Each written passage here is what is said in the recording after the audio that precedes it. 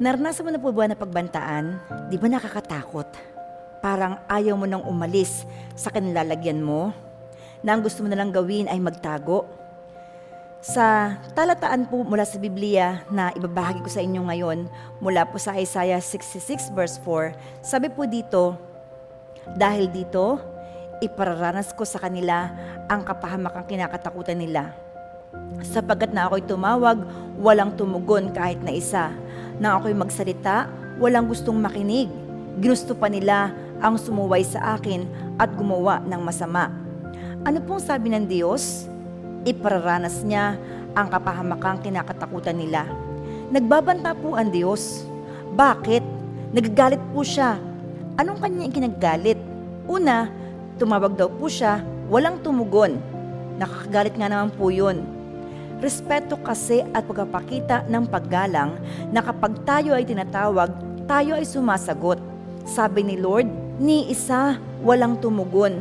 Nakakagalit nga naman, ano po? Paano ba ang Diyos tumatawag?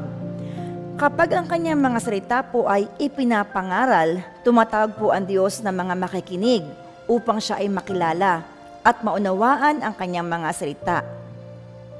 Bakit niya tayo tinatawag? Upang iligtas, dahil ang destination po ng lahat ng tao ay impyerno, dahil lahat tayo ay nagkasala. Ang problema, hindi ng tao iniintindi ang pangangaral ng mabuting balita. Ano ang ginawa ng Diyos? Tumawag siya at nagsalita. Kailan ang Diyos nagsasalita? Nagsasalita po ang Diyos kapag binabasa at ipinapangaral ng tao ang kanyang mga salita. Ang problema nga lang, tumawag at nagsalita ang Diyos, wala pong pumansin sa Kanya. Anong ginawa ng tao? Mas ginusto na suwayin ang Diyos at gumawa ng masama. Kaya anong gagawin ng Diyos? Lahat ng kinatatakutan ng tao, ipaparanas niya. Gutom, lindol, giyera, sakit, kahirapan, bagyo, at kung ano-ano pa. So ano ang dahilan ng nararanasan natin ngayon ng mga kahirapan?